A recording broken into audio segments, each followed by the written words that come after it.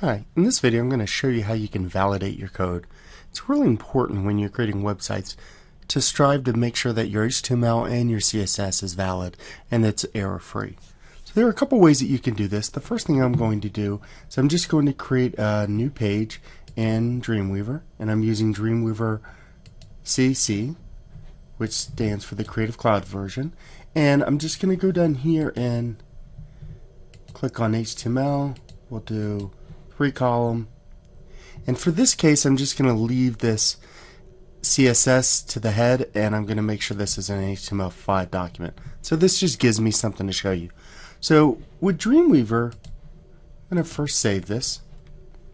So with Dreamweaver, you have the ability to actually validate it right in Dreamweaver, and so you can go to File, go down to Validate, and validate with the W3C. And it's going to tell you it's sending its information, and then down here it'll show you where you have an issue. So it's saying the attribute, and the great thing about this is it always tells you, so line 141. So this is where you can jump to your code and you can find out where the issue is.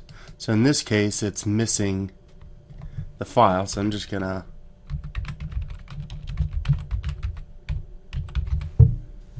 add an image in there that doesn't really exist, but for the example it doesn't matter. I'm going to save it, I'm going to validate again, and there it says no errors were found. So that's the basic idea behind validating your code. Now I'm going to upload this to the EdTech2 server, and I'm going to show you how to use the online versions to validate your HTML as well as your CSS.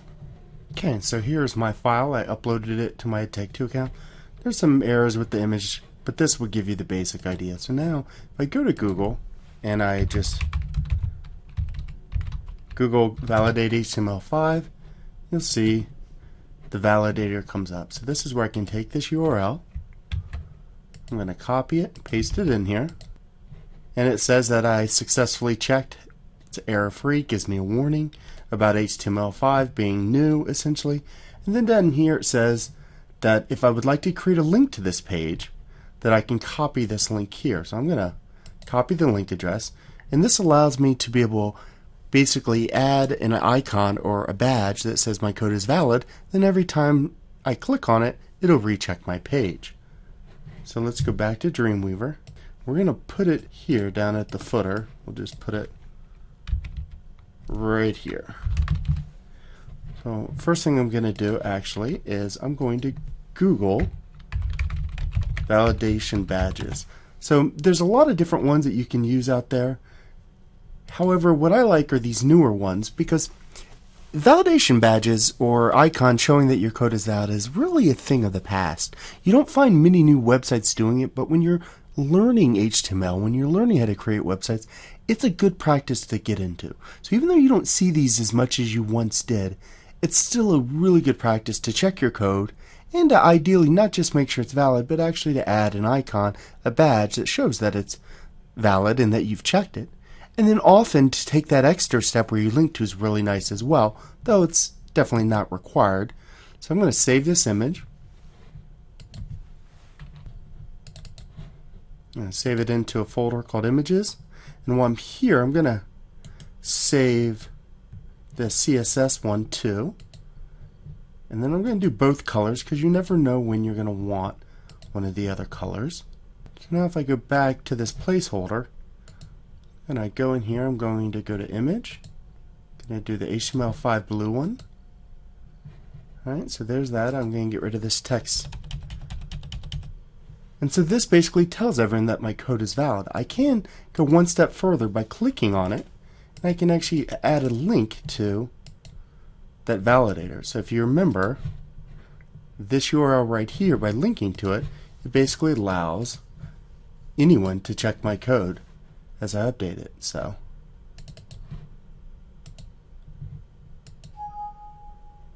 alright, so now let's preview this.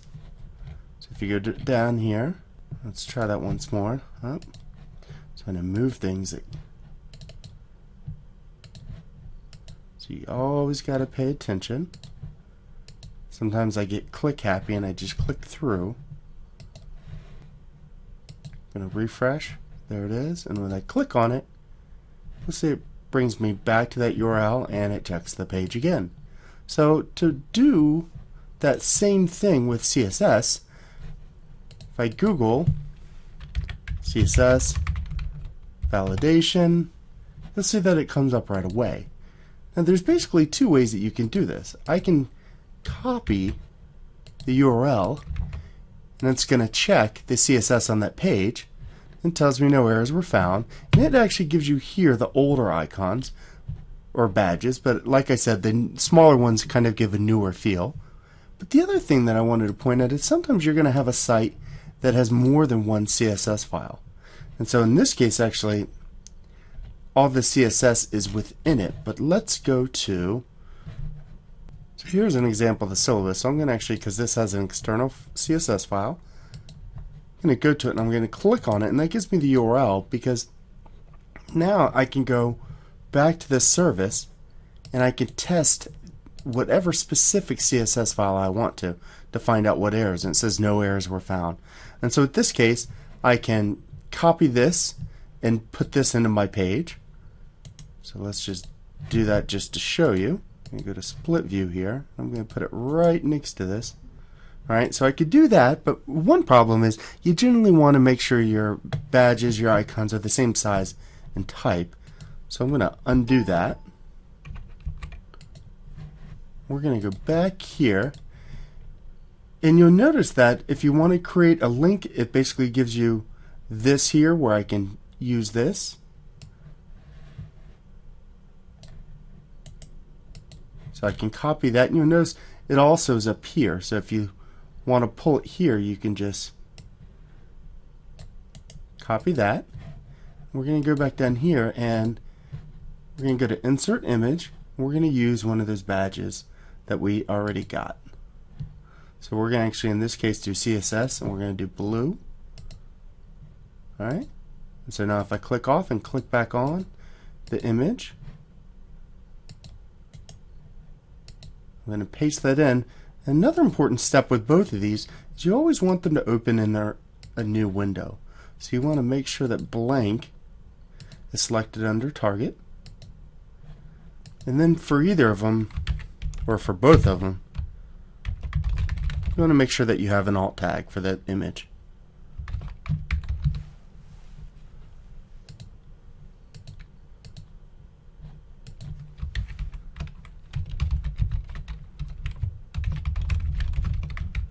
And so just like that, I'm going to save this. I'm going to upload it. I'm going to save this. I'm going to upload it, and then I'm going to test it once more, because it's always important to test your code at the end. So I come back, I refresh it, come down, you can see they're both down here. Check that. It opens a new window like it should. I can see that it's checking the right file and that it's valid. And do the same thing with the CSS, and just like that, no errors found. So that's the basic way you go about validating your code and making sure that it's error-free. Thanks.